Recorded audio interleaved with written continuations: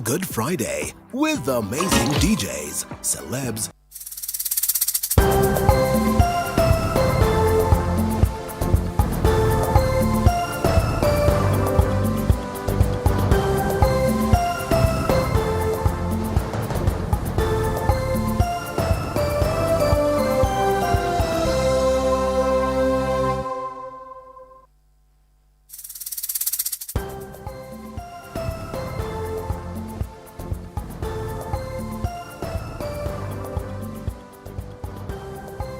And we shift gears to a very important conversation, my people. You know, when we talk about breaking the ceiling, this perhaps would be a classic example of it. That to imagine women could find themselves into the space of construction at some point in time was something that we never dreamt of. But guess what? Today it is happening, and it's happening big. I remember we're talking to some of the students that had just cleared KCSE. And, you know, some speaking of their ambitions, some saying that they would want to get into the architectural world, some saying that they're going to get into the world of construction engineering. And we're like, is this even possible? But they are in there and they are doing great. And that's a conversation that we are about to have right here alongside Isaac Mbuku, as well as Kawira Njogu, who's, of course, the head of training. That is Isaac, and head of placement on the entity that they're going to tell us about what it is that they do on this very important entity, and why is it that they choose to have women into this very space. And when they speak about women, is it totally about women, or it is about a whole different matter? And so it's an honor to actually have you this morning.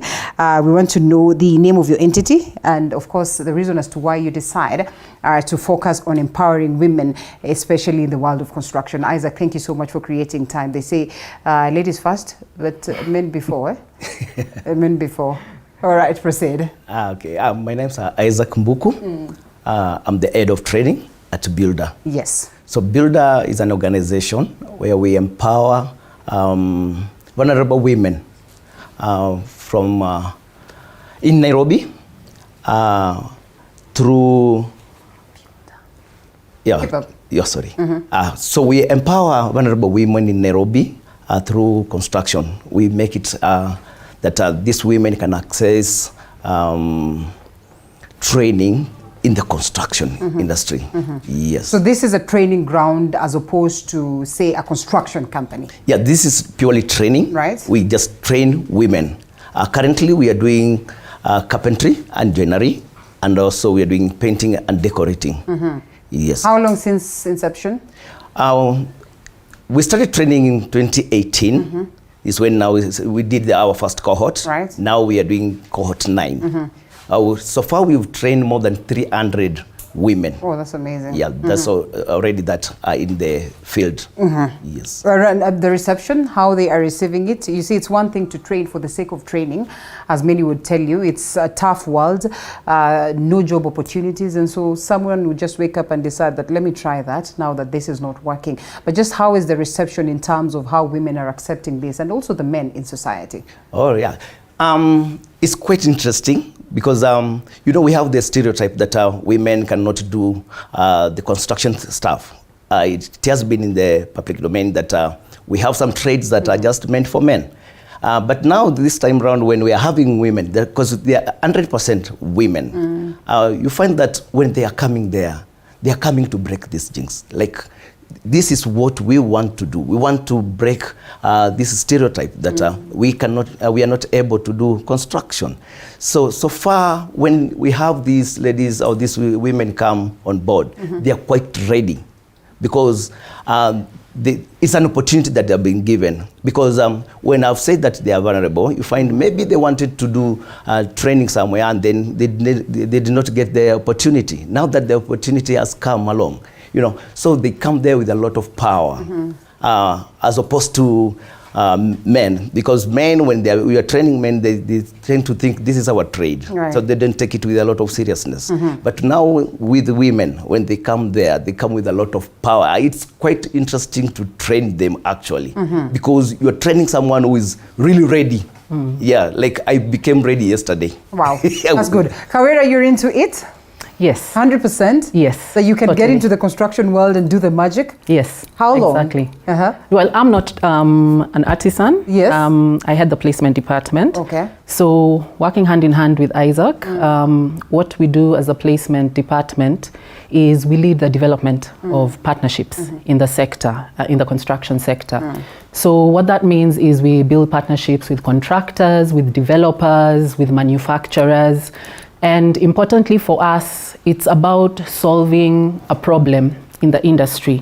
And that's in terms of addressing the skills gaps, to be able to address the issues that contractors, developers, manufacturers tell us they're facing with fundis, with artisans in the sector on a skill level. So working hand in hand with Isaac's department, we bring that feedback back into Builder, into the training department, and that's what's actually informed the training. So that the way we train in carpentry and joinery, in painting and tiling, which will start in January, it's based on the feedback, the requirements of the industry, contractors telling us, or manufacturers telling us that we're having certain issues, because we ask them, actually, we do needs assessments and ask them, what issues are you facing with artisans in the industry?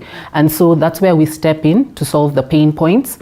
And additionally, it's key for us to integrate women in construction. Isaac has put it very well, that there's a space for women.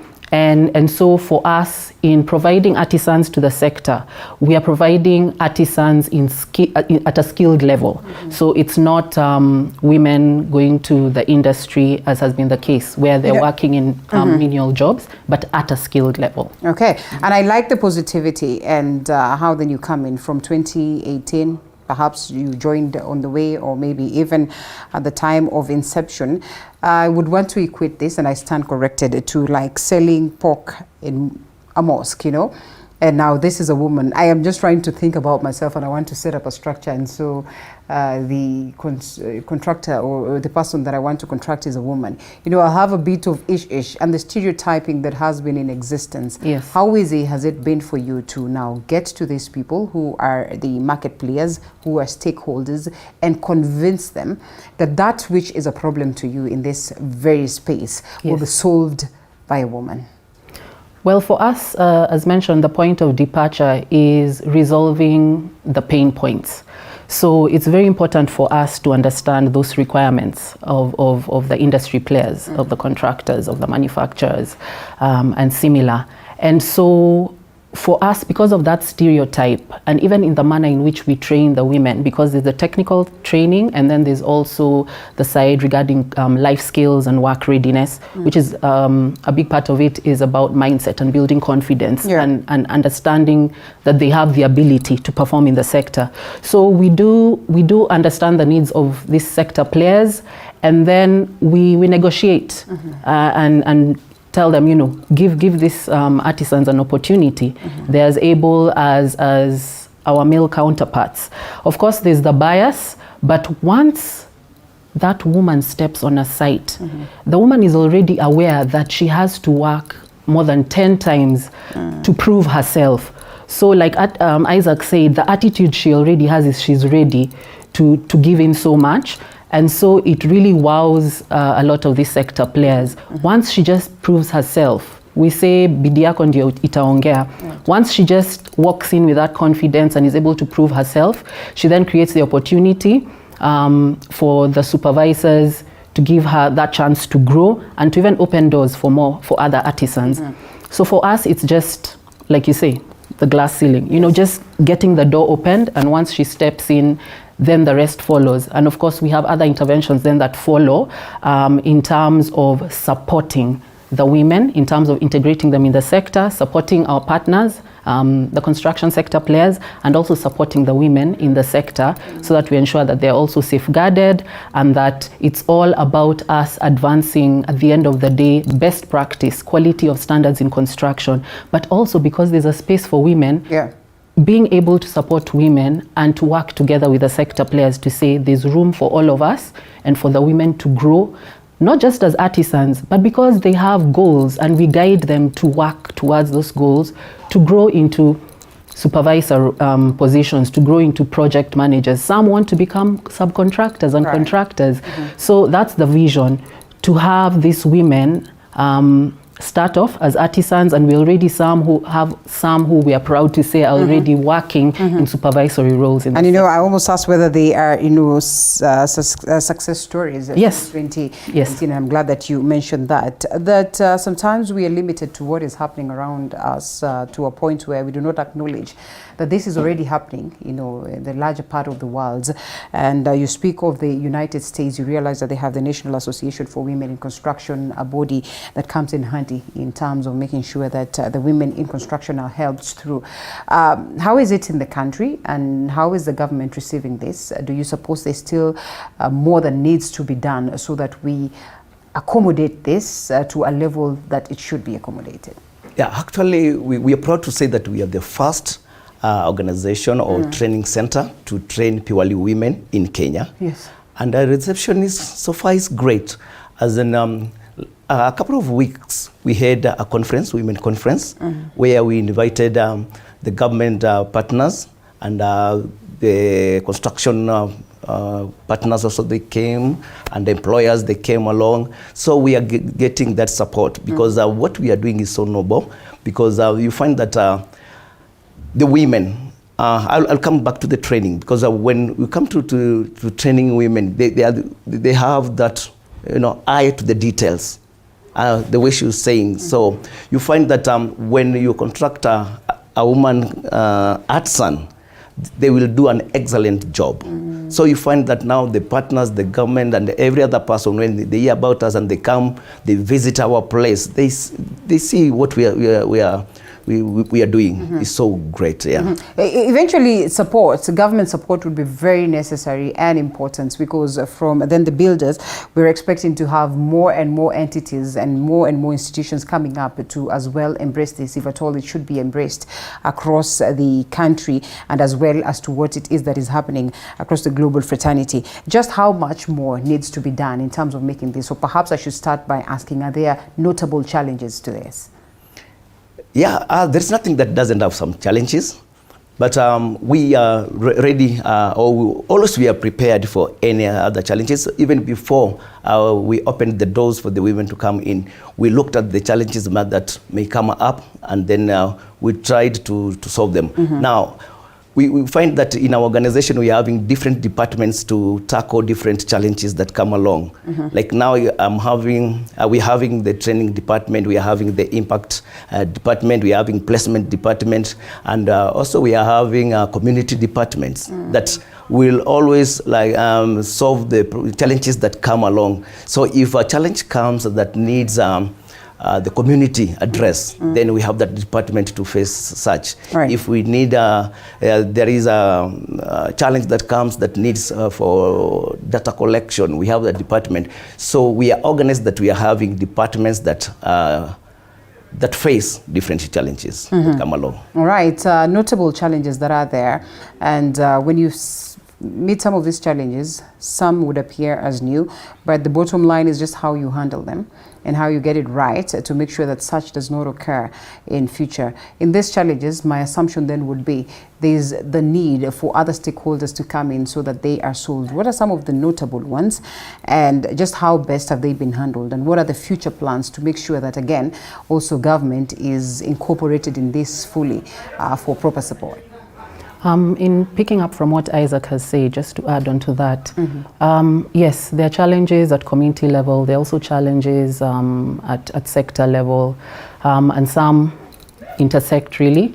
So, for example, if you have harassment, that's something that we know occurs in the industry. So, we work together with the existing sector players, also contractors, developers, supporting even ESG, the ESG pillars. But importantly also at a policy level, we're trying to advance that so that we have gender policies that are streamlined and enacted on the ground. So we are working hand in hand also with the National Construction Authority. We are advancing our partnership there because they also have their own gender targets and gender policies. And at the end of the day, they're also striving for the same priorities. So in terms of the policies and even the implementation on the ground, in terms of capacity building, We'd like to do that with NCA and even with the contractors, the manufacturers. We're already doing capacity building as builder on the ground to be able to sensitize workforces and employers on the ground about how to better integrate women in construction, how to create an equitable workplace, be it in terms of countering harassment, but also in terms of equal work for equal pay, regardless of the gender.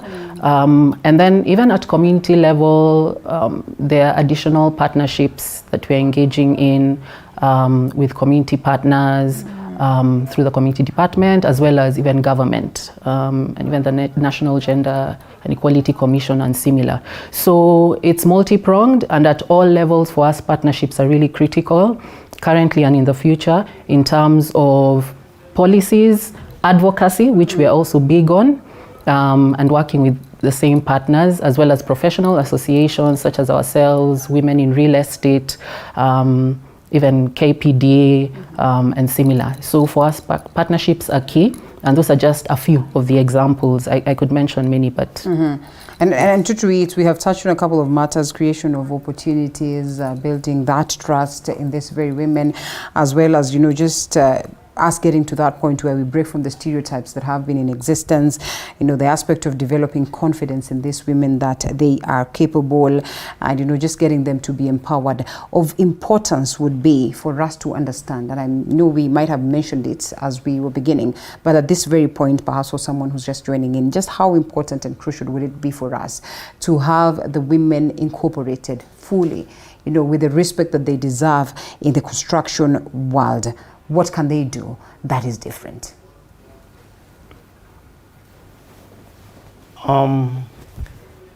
When we bring on board the trainees, we work with them holistically, because we must prepare them where they're going.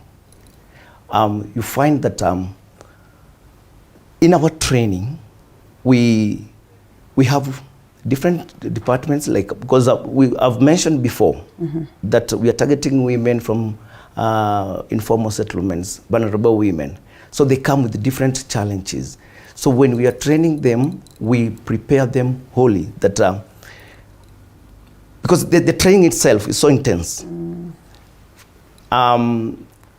You find that when we are training them now, we prepare them mentally to be prepared, what they're about to face in the training and in the industry. That the person that we are going to produce, we don't want them to be perceived as women when they're out there. They are artisans, skilled artisans, that they are going to be received as a skilled artisan, but not women. Because when the placement team goes to negotiate with the employers, they are not taking women on site, but skilled artisan. So in the training, when they come, we find that some of them, they have gone through different challenges in life. We have mental health department that deals with them. We work with them slowly by slowly, because the kind of model that we are having there, we train them for 4 months doing the intensive work. So that one needs someone who is really prepared mentally and physically. We also have department that deals with yoga and physical fitness, so that this trainee, they are wholly prepared in that place. So after the 4 months of intensive training, we have another 4 months of employment placement, where we take them to the site that they work under a skilled artisan, so that for 4 months they acquire different skills that maybe are at advanced level from what we've been training them. And then from there also we have another 4 months, which we call alumni support. Maybe while they are on site, there is an area of specialization that they have felt that maybe I want to venture into this. So for another 4 months, we have that support we give them, so that they can specialize to the to their interest fully. Okay. Mm-hmm. Yeah. All right. Such that now when they are fully out of to get the work industry, then they are 100% like skilled, and then they are so confident, and then they know on how to maneuver. Right, I would agree that that's a noble cause. Just how do they get a hold of you, of Builder, for those ones that are watching us this morning and would wish to be part and parcel of this family? Those who are interested can reach us at hello@buildher. We're also located in Babadogo, our training facility. But if they contact us through hello@buildher, then we'd be able to organize a visit, because we are happy to receive visitors and we welcome visitors. And then also at community level, they're different. Within those settlements, we have community partners. So for women who'd be interested in joining the program, we also welcome them, and they can actually access us through those partners, or just come to Babadogo. If they ask for Builder, they won't get lost. All right. We won't close the doors. Yeah, all right. Just to add something on Yes. what she's saying. And also, it's good to be known that we are not charging any fee. Oh, Yes. Yeah. it is for free? Yes. Oh, that's good. Yeah. That is like more of empowering the community. Yes. Yes. Oh, I like that. Yeah. Okay. The only commitment that we ask them to do is just to pay for their examination fee. Okay. Because we do NITA exams. So it's the only amount. The only amount. Yeah. So a course would last like for how long? As I've just mentioned, Yes. we have 4 months of intensive training Yes. at our facility, then another 4 months employment placement, and then another 4 months for admin support. Once again, that was for you who has just joined us to get to know. The conversation will still be on our social media platforms, but as well as Kawira has said, there are spots where you can go and get to see what it is that, Builder is doing. I like it that it's Builder. One would want to read it as Builder, Yeah. which I think is the creative that comes with the name, or the creativity that comes with the name. It was good having you, Isaac Mbuku, Head of Training, Builder, as well as Kawira Njogu, Head of Placement, Builder. Asante sana. Unless there's something else you want to add, allow us to close it at this point. Yeah, what I would say is that the construction industry, women are coming. Women are coming. We are disturbing that industry now. And I mean, that's Yes. that's all we're looking forward to. I have hosted, I would say, hundreds and hundreds of people in the construction industry. I can't remember hosting a lady. I can't remember hosting a lady, and therefore I'm looking forward to host a lady who will speak of this someday. Excellent. Asante sana. And we'll get to visit you as well, perhaps just see what happens or what goes on down there for a better episode of more activity and more of checking off the action. Most welcome. I think I'd also just like to call out to the construction sector players, and just to say, let's create a space for everyone to participate. Women are capable, they're proving themselves on site.